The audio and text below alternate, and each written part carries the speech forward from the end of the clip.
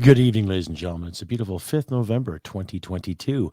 Coming up in this episode of the Crusty Canuck podcast. Yes, here's your paper straw in a plastic wrapper. Yes, more government malfunction, more hypocrisy, and more protests are virtue. And of course, the pandemic amnesty that people have been talking about lately. Yes, fun times indeed, ladies and gentlemen. Yeah, all that and more come up the show. Please stick around. Listener and viewer discretion is advised. I do swear and smoke cigarettes. Be right back. Hit it, sweetheart. Because I am hard, you will not like me. Yes, sir. There is no racial bigotry here.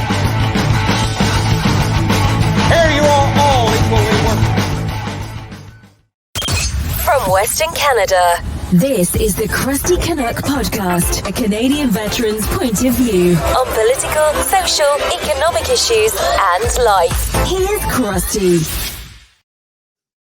That's right, ladies and gentlemen. Welcome to another episode of the Crusty Canuck podcast, episode 190. Here's your paper straw in a plastic wrapper. Yes, of course, Justin Trudeau standing up for the CUPE workers in Ontario, saying it's their human right and charter rights, all that good stuff. And yet, where was the ass clown when it came to the charter and human rights of the protesters in Ottawa this past February?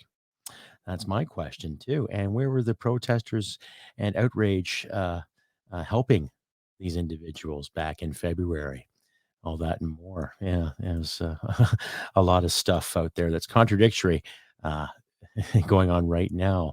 Now, I guess the workers in Ontario's educational system are requesting another $3.25 more an hour because the average salary of these individuals is $39,000 a year.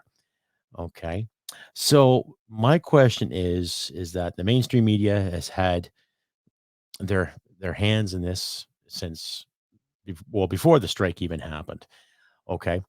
And they've been weighing in, all these experts coming in about human rights and charter rights and all this stuff. Oh, the right to strike, and how dare the government order us back to work and all this stuff. And yet, where was the outrage? Where was the outrage when the government ordered us to get more than 2 notional jabs? Where was the outrage where the government said, we must get this or else? Where was the outrage when the ArriveCan app was going full bloom? Where's the outrage when people realized that the federal government spent $54 million on the ArriveCan app when they could have done it for a fraction of the cost? Where was the outrage when the Prime Minister and his Liberal cabinet members and a good chunk of the NDPers sat there and said yes to the Emergency Measures Act when there was no need to panic? Where's the outrage when they arrested people and threw them in the cooler for more than 40 days because of mischief charges and other speculations? Where was it then? Right now, we get the Prime Minister standing, shoulder to shoulder, apparently, with these individuals, saying that you have every right to express yourself and every right to talk about this and display this and express that. And yet, where was the outrage when you had truckers and blue collar workers alike, and some citizens from Ottawa and some from Toronto and some from Montreal and Quebec and other parts of the country drive in solidarity with these truckers in February to stand up against the government and say, we've had enough, right? Where were the politicians then? Where were they?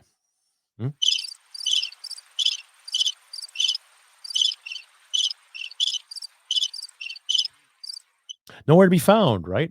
So it just goes to prove that this day and age, they want to dress you up something and tell you something totally different. That's why I use the title, here's your paper straw in a plastic wrapper.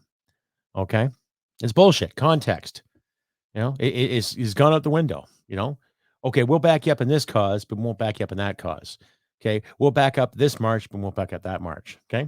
Federal government did the exact same thing when it came to railhead blockades, right? All these blockades going around the railheads. People setting fire to certain railways, trying to damage them, trying to sabotage them, right? All in the name of a handful of people that apparently did not like the LNG pipeline in British Columbia. Okay. But there's been facts and figures that have been proven that there's a lot of First Nations and a lot of people in that area of the country that would welcome the LNG pipeline to bring jobs and to bring opportunity and prosperity to that area. But of course, this is the day and age where, everyone's a victim, but no one's a victor, right? Go figure. Now, when I look at the recent strike, I believe everyone has the right to strike or a right to protest, or express themselves. Okay. I believe everyone does, regardless if you agree with it or not. There's some parts of the Freedom Convoy I did not agree with. Okay.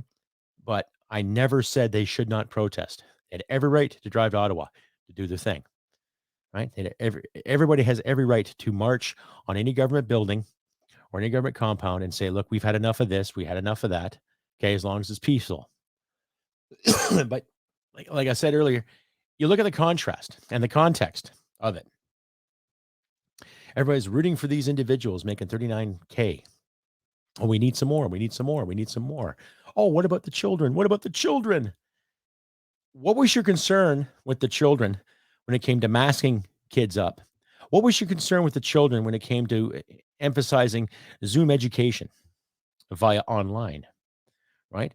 What was your concern then? Where's your concern with the children when you're telling little boys and little girls they can swap genders? Where's your concern with the children when you're teaching them racist manifesto like CRT BS, right? Where you're teaching kids to be ashamed of who they are and to be ashamed of what history has taught us, right? Yet you're worried about people making $39,000 or less a year. Well, there's lots of Canadians who have raised their families on that much money, and yet the government wants to tax them. So while you're sitting there tooting the old virtual horn about rights and regulations, the same government is charging you extra tax on gasoline, on the groceries that you purchase, and on the heat that you're going to need in this upcoming winter. So where are the priorities, ladies and gentlemen? Don't worry. Let the big government tell you what they are once again. Stay updated and follow Crusty Canuck on Facebook, Twitter, Gab, Telegram, YouTube, and Podbean. Subscribe today and donate at crustycanuck.ca.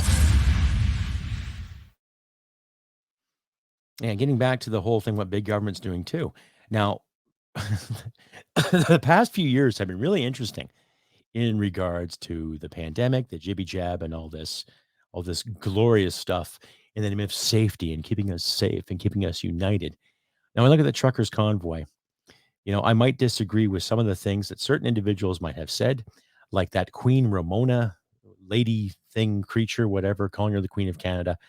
As far as I'm concerned, she's right the hell out to lunch. Okay. And there might have been some bad people at those protests who try to hijack certain identities, or certain platforms who try to get involved one way or the other.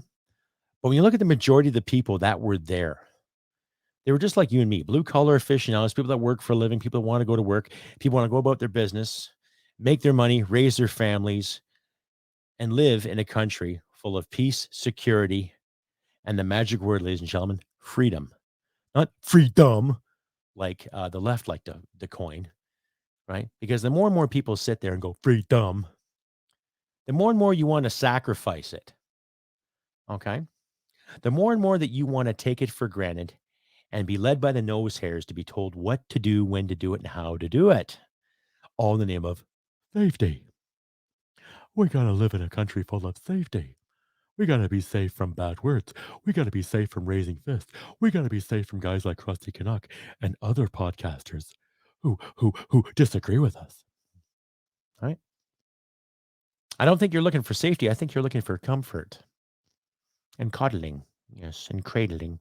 Oh, there. That's okay. You just give us more money and we'll look after you, right? You pay off the national debt and pay our salaries and we'll look after you. Right? That's what they're promoting. All right. Now, I'm all for unions when unions represent the workers. Okay. Now, both Justin and Jagmeet have talked about the workers. And yet both you ass clowns are screwing the workers up the pooch. Okay. Like I mentioned earlier, with the gasoline prices, grocery prices, and home heating prices. Right? But you really care about the workers in Ontario now, don't you? Just like you care about the workers in Quebec and you care about the workers in New Brunswick, Nova Scotia, Newfoundland, right? And then you really care about the oil workers out here in the West. Oh, we know how much you just love the workers. Okay.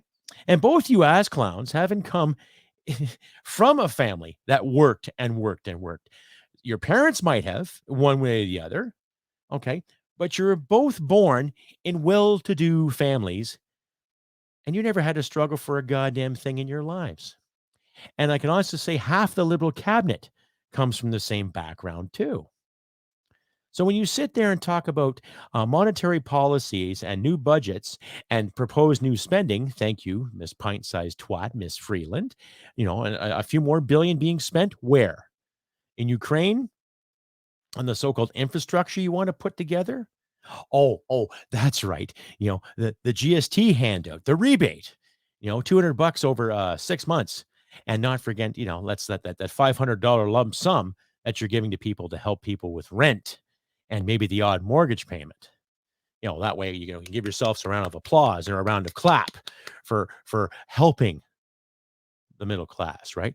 And all those people you say you're helping to get into the middle class. So then you can charge them more tax and put it up their chuff again, right? Well done. Well done, said nobody. Yeah, give yourselves a round of applause, eh? No, let's not. Okay. Now, when I look at these protests, I say again, everyone has the right to protest something. That's one of the principles how this country was created and found on. The right to speak your mind. And rightfully so, right? I don't care what protest is going on. I don't care how this person feels or this group of people feel or that group of people feel. You got something to say, you want to protest it, protest it. But like I mentioned earlier, look at the contrast here in the context of it all. People were up in arms about the convoy, but they weren't up in arms about the railheads being set ablaze or attempted to be damaged, right? Where were they up in arms when the BLM march was happening during the height of the pandemic? Oh, don't social distance and don't do this and don't do that. But yeah, you can get together and have a protest, right? Okay, and now you've got these workers in Ontario protesting against a certain wage issue or not getting enough money. My saying is this: maybe you should have made better choices with your lives. Okay. If you're so worried about $39,000 a year, I don't know, maybe you should get a better job. Right? There are people in this country that cannot find meaningful work because of what happened with the pandemic and the jibby jabs and the demands and everything else. And all this solidarity that's going on in the greater Toronto area and other major cities in Ontario. Hey, nothing wrong with that. Speak your mind. I encourage it. We should all encourage it. Speak your mind. Freedom of expression is paramount. Rights to assemble and protest peacefully is paramount, of course. Okay. But again, I say, look at the context and the contrast. This protest is good, but this protest is bad. That protest is fine, but this protest isn't. Which is it? Which side was actually fighting for your rights to be? The right to go to work, to earn a decent living, without having to worry about overhead costs or taxes or more debts brought to you by the federal government and some provincial governments too. No. Where's the contrast in that? Where's the fairness and equality in that? Right? Like I say, you worry about the children. Okay. Well, you weren't worried about the kids. You made them wear masks and do Zoom meetings. You're not worried about the kids when you're screwing up their heads about gender and ideology like that. You're not worried about that, no. But you're worried about a handful of people that are making $39,000 a year who might work 40 hours a week or who might not. Right? Like, look at the time that a lot of these jobs offer you and the time you have off from said jobs too, and still earn a salary. Okay. Now, when I was in the military, towards the end of my career, I was getting roughly maybe 7 weeks off out of the year. Usually get a March break off. You have to burn so many days off a year, but I usually worked out about 3 weeks in the summer, 3 weeks at Christmas, and usually a week off in the spring. Not to mention long weekends, right? But there are also times too where I had to work through some of those long weekends and give up some holiday time because, I was overseas. Times with family and friends I had to sacrifice too. That's all part of military service. but you want to sit and scream to the heavens about your rights, and especially the prime minister talking about charter rights, charter rights. What did he do about charter rights when it came to the Freedom Convoy? Oh, that's right. Let's incorporate the Emergencies Measures Act, and I'll go hide for 4 days and pretend I'm sick when I don't really have any balls to face my decisions. Stay updated and follow Crusty Canuck on Facebook, Twitter, Gab, Telegram, YouTube, and Podbean. Subscribe today and donate at crustycanuck.ca. And that's the thing, too. We're also seeing a great amount of media moguls, bureaucrats, and politicians not being accountable for their actions or their decisions. Okay? Now, if you're making $39,000 a year working for an educational system, okay, whether you're a custodian or a teacher's aide or an assistant or a maintenance worker or a clerical worker, maybe you might have to get a better job or find some place that's going to pay you more than $39,000 a year. Okay? Because when you think about it, you want an extra $3.25 more on the hour. Okay. Now, think about that for a second. Every dynamic, every time there's a raise someplace, there's also a raise in rental or a raise in mortgages or a raise in food costs or a raise in gas costs, what have you. Okay. I'm not trying to disenfranchise anybody who works in that system, but it comes to decisions. Now, my wife and I, we've had to struggle the past year. Okay. And it's been tough. You know, I'm doing an average of 50 hours a week at my job, sometimes longer, depending on how much cattle come in, how much feed has to be processed. It varies, but I'm there to do the work. It's that simple. Where my wife works, she works her ass off. She deals with a lot of customers. She does a lot of time on the phone, a lot of time on the computer to get things done, to get things signed, sealed, and delivered in a timely manner. Okay. And this past year has been tough on us, you know, with making sure bills are paid, making sure that our heads are above things at a nominal level. But it's difficult because we're trying to get our savings back in order again. And that's where it's getting difficult for us. And we can understand that with other Canadians too. Okay. But it's a matter of choices. You know, do I love my job? Well, I'm not in love with it. I like it. I kind of still look forward to going to work every morning when I do, but I do 10 days on and I do 4 days off. Okay. And those 10 days when I'm working are long days.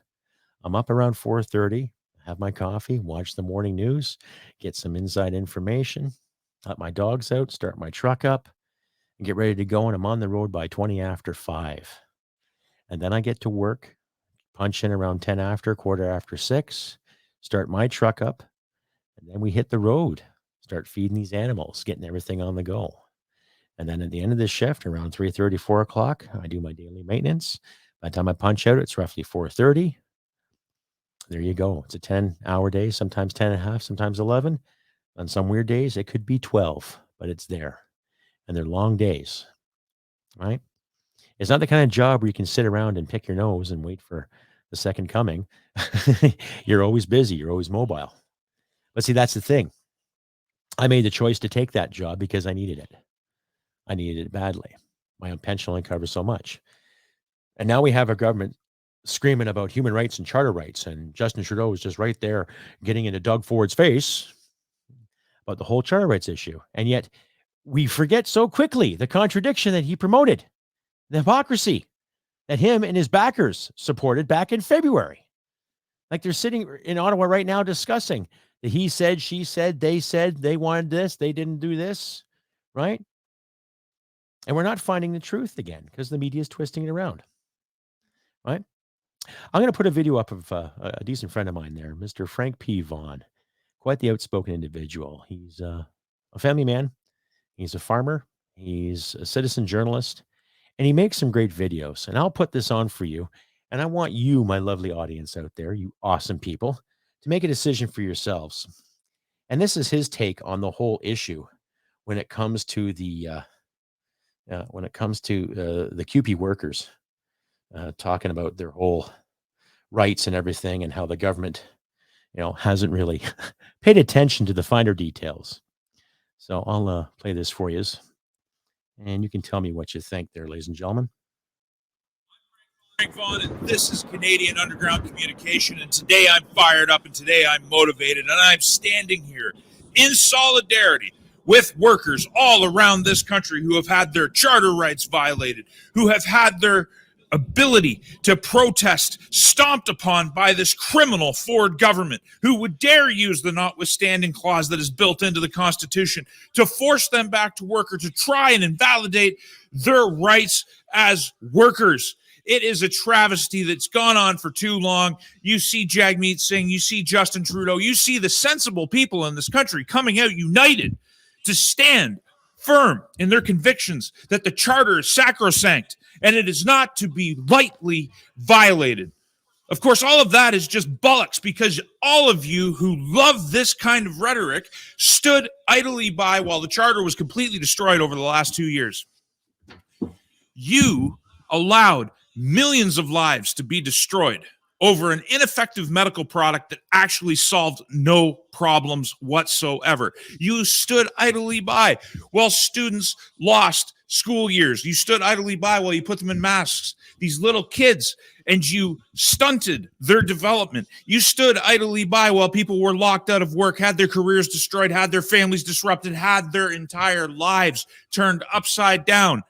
And now, over $3.25 an hour, you all of a sudden discover your passion for the charter? What a ridiculous proposal.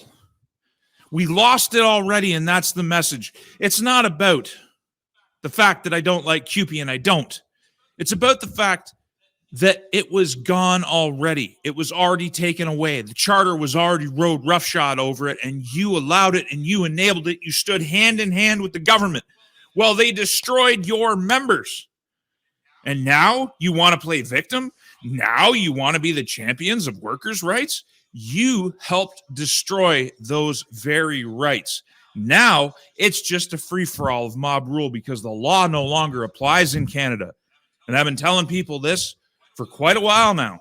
Do not rely on the law to protect you, because it doesn't work anymore. When the government can just shunt it aside, when it can take the most sacred, sacrosanct document called the charter, and it can say that compelling penetration, that compelling you to take part in a medical experiment is totally charter compliant, to destroy your life and destroy your livelihood, then the piece of paper that the charter is doesn't matter anymore. And anybody who's out there virtue signaling right now about this, who was silent during the destruction of the charter, you get what you deserve. Yeah, really. And well done to my friend Frank P. Vaughan there. Well done, my friend. And really, where was the outrage? Where was it? Where was the outrage when they called in every police officer they could to thwart the crowds? And there was violence there. Tom Mazzuro even testified that he saw more violence from the police than he did from anybody at the protest. Okay. So regardless of what your personal belief is in regards to the protest, the convoy, well, why all of a sudden the outrage now? Okay. Where was the outrage when 40 to 60 churches were burnt? Okay. Where was the outrage then? Where was the outrage, especially in this province, where pastors were arrested, people were fined and ticketed, where grown men were hauled off ice rinks while some politicians played in ice rinks? Where was the outrage where some politicians were telling you, don't you travel anywhere, no more than 5 people in your house, and they fuck off to places like Hawaii or Ireland? So you see what I'm getting at here, the contrast, ladies and gentlemen. Okay. We have a bunch of hypocrites calling the shots for us. So-called educated officials with their degrees in bullshit and mockery, telling you and me what we can do, what we can't do, where to spend our money, how much we got to spend, and how much we have to give away again every fucking April. Come tax time. Why?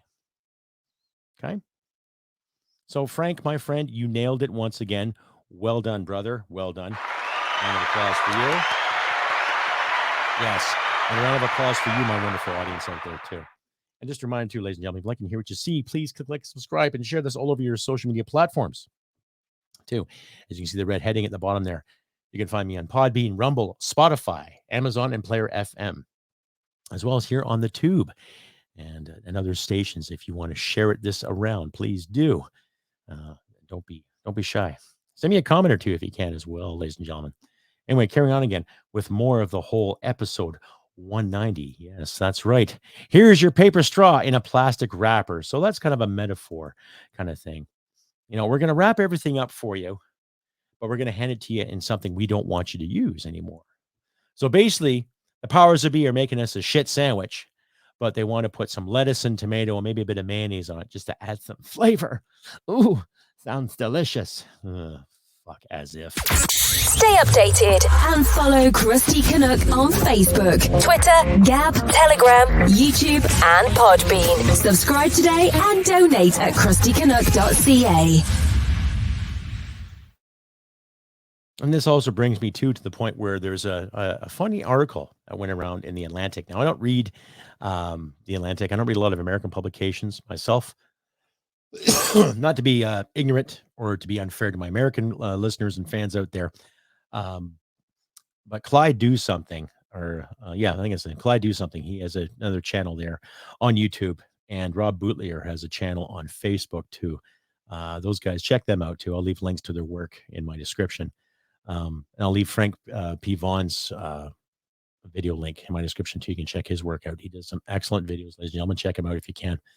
But there was an article that came from the Atlantic, which basically says, let's declare a pandemic amnesty. So I won't read the whole thing to you. I'll leave in my description, but I'll paraphrase and I'll summarize what the article says. More or less, this writer, she says that we should all be forgiving with some of the rules and restrictions that went on throughout North America, Australia, and the democratic world. Just forget that it ever happened, more or less.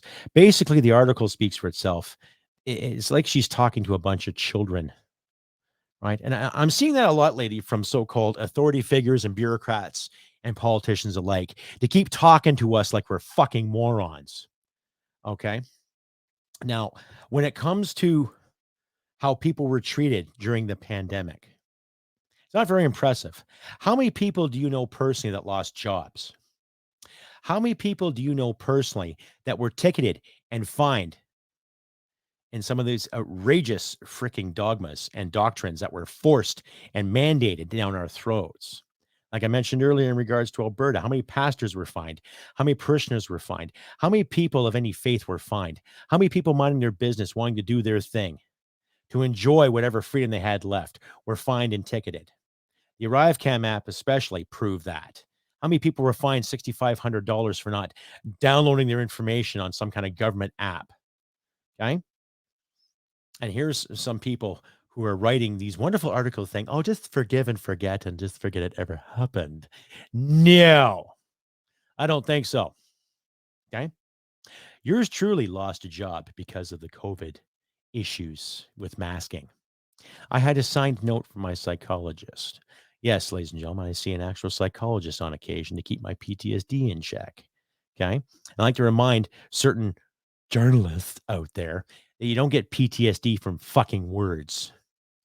You get it from real experience, real life experience. You know, when you have a worldview that goes beyond TikTok. Okay. There, I've said it. Okay. And this note that I received, that I got from my psychologist, basically said this individual cannot wear a mask any more than 5 minutes. Because I find it kind of impersonal to constantly do this and say, good day, sir. How are you doing, sir? Good to see you, sir. How's the wife? How's the kids? You know, all that kind of good stuff. And it's like Kenny on crack, you know, Kenny from South Park. Right? And I just find it very impersonal and I found it very annoying. And it was getting to me. So I had an actual doctor's note, okay, that gave me some leeway.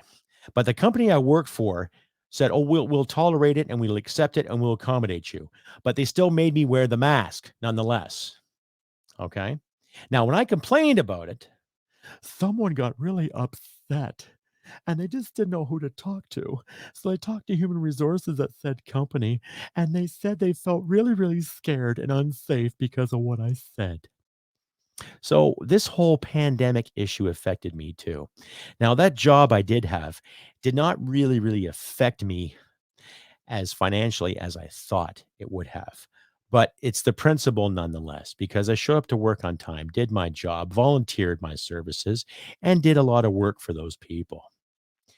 And there's two of yous that still work at that company. And I know you see me because I see you some days too. Okay. Let's just say, don't be crying to me if someone hits you with a ball of your own crap or smacks you upside the head with a 2x4, because payback's going to be a real bitch. Stay updated and follow Crusty Canuck on Facebook, Twitter, Gab, Telegram, YouTube, and Podbean. Subscribe today and donate at crustycanuck.ca. And when it comes to the whole, let's declare a pandemic amnesty, forgive and forget. Well, it's not like you, stole our gym shoes during a basketball game, or took our cars for a joyride and scratched the paint. No, you had hotlines to call if you saw people gathering. Okay. You had basically a tattletale system to tell the authorities if you saw more than 5 people gathering in whatever jurisdiction you lived into.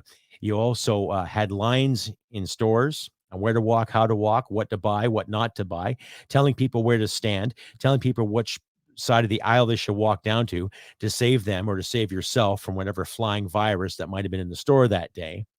Okay. You also had people scream and yell at you if you walked into the store without a mask, especially a little punk kid saying, "Where's your mask, sir?" You just want to say, "Where's your mother, boy? Do you know who your mother is?" Right? Creating these rules to save your jobs. We've all heard the old adage, "Well, I'm just doing my job, just doing what I'm told." Well, where I come from, yeah, I did my job too, but we also had the option to question unlawful command. And it's amazing how some of these individuals never really question those unlawful commands. They follow the science. They follow the science. So any individual out there who took it upon his or herself to have someone fired because of their opinion, or someone canceled because of their anti-mask, right? Or someone just ruined because they didn't follow the status quo. Well, I could say shame on you, but like I say, payback's going to be a real bitch too. Now, you know what they did to collaborators back in World War II? Okay, when the Nazis were defeated and when they surrendered and everything was getting cleaned up, and the Allies moved into countries like Holland and Italy and parts of France and even parts of Germany too, they started cleaning up the bad guys and putting the world safe again. You know what they did with collaborators? They brought them out in the street and they shaved their heads. Okay. And not just with clippers that you get at a barber shop. These are like little hand animal clippers where they take chunks of your scalp out as they sit there and rip your hair out. And they also covered a lot of these people in shit and piss too. Some of them were beaten with sticks. Some of them were shot. Some of them were kidnapped, never seen again. Now, I'm not saying let's kidnap some people and cover them in shit and piss. No. But let karma do the nasty work there too. Okay? Let karma do something about that. Those individuals out there that enforced these restrictions and ruled with an iron fist, no matter what job you're in or position you held. Okay? I'm not giving you amnesty at all. Now, will I still shop at certain stores? Probably. Okay. Will I learn to forgive and forget? I might forgive, but I won't fucking forget. And neither should you, my wonderful audience. We should not forget these things. We should not forget the context and the contrast of what's going on now to what happened 2 years ago, 3 years ago, 10 years ago, too. Let's not forget what's going on. Let's not forget there are people out there that really enjoyed the power of telling you and me what to do and incorporating the fear and having the upper hand on said fear mongering. Now that the smoke is cleared and people are getting back to work, We have ridiculous taxes and ridiculous prices through the roof because, it's a worldwide phenomenon. You and I both know it's bullshit. And it's not corporate greed, yag meat. Yeah, Shell made a lot of money. Well, because people need gasoline. That's why they made a lot of money. And people bought extra gasoline too to save for a rainy day. So come January 1st, when you and your butt buddy Justin increase the taxes again, people might have a step ahead. Right? Don't eat meat, right? Because it's bad for the environment. Who knows how much cahoots you lot are in when it comes to bug eating? I'm not going to eat any bugs. What about you? Why? For what? World control? Yeah. We've heard enough about the WEF, about Klaus Schwab and his bug eating, and you own nothing and you really like it. Well, fuck you, Klaus. I got better things to do. I don't want to worry about Canada. I'm not going to worry about your little fucking plot. And when it comes to these government leaders who keep demanding more money, I'm going to highly encourage you, my listeners, my wonderful audience out there too. And before I carry on, I want to thank you all too. My subscribers went up to about 10,315 so far. So give yourselves a round of applause for that. Well done. Thank you very much for giving me an opportunity and making this platform even better. But as I was saying, we pay a lot of taxes already when it comes off our pay. Right?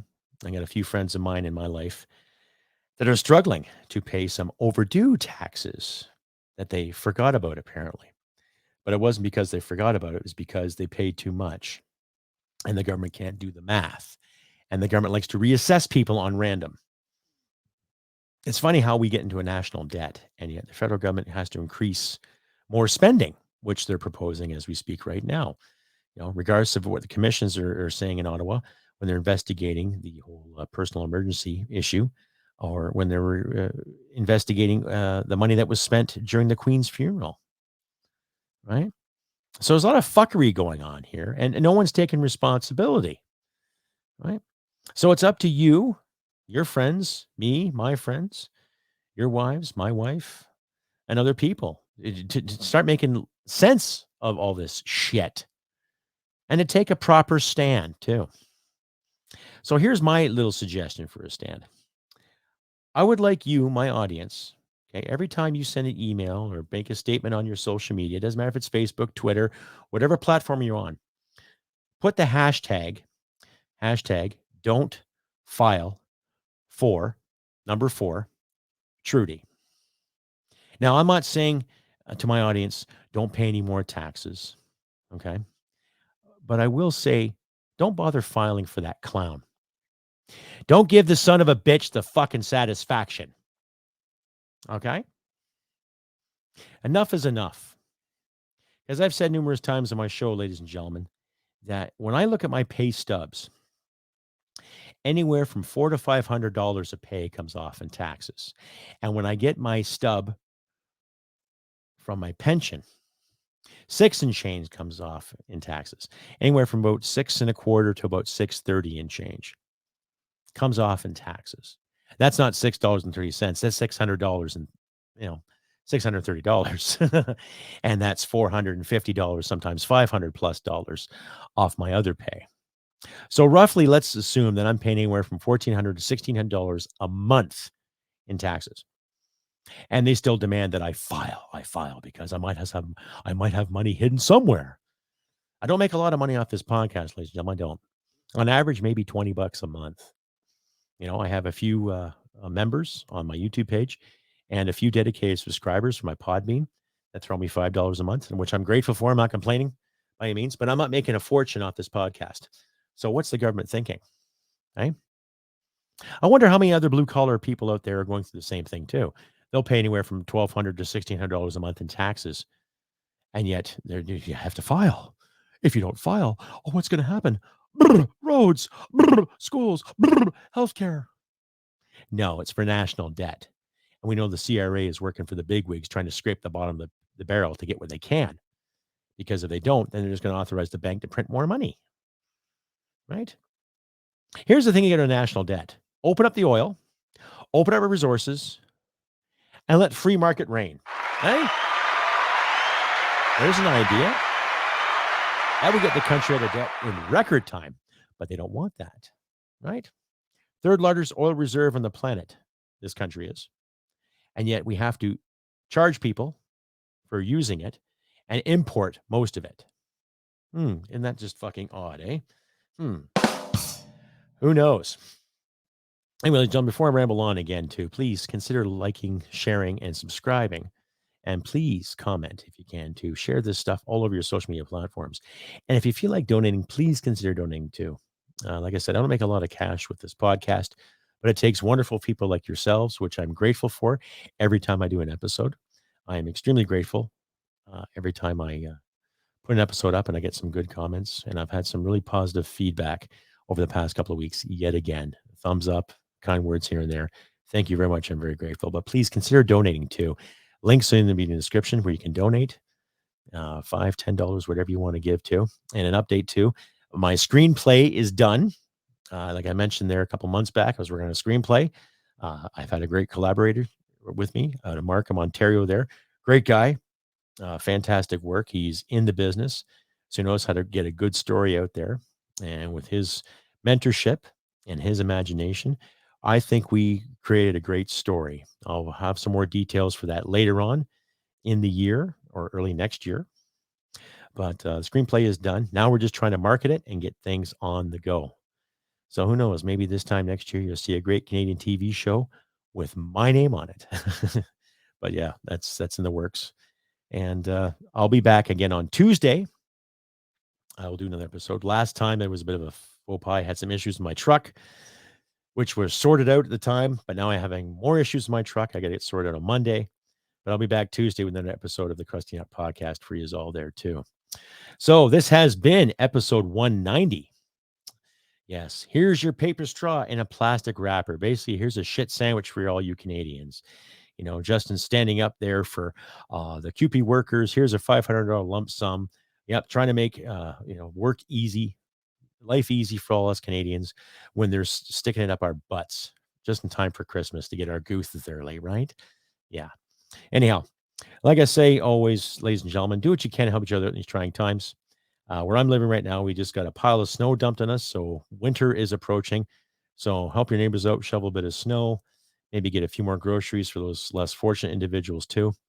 If you can donate to a food bank, please donate to a food bank if you can too. I was actually going through my my pantry there today, and I do have a few extra canned goods that I might just help out if I can.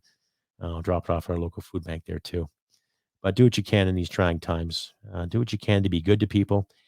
If you're standing in line for a cup of coffee, whether you're in the drive-through or actually in the store, take a look at the guy behind you and buy his coffee or her coffee too. Just to share some humanity and just a little bit of goodness there. Remembrance Day is coming too, so I booked a day off there to spend some time with my veteran buddies and reflect and reminisce about the days of service and remember those who came and fell before us.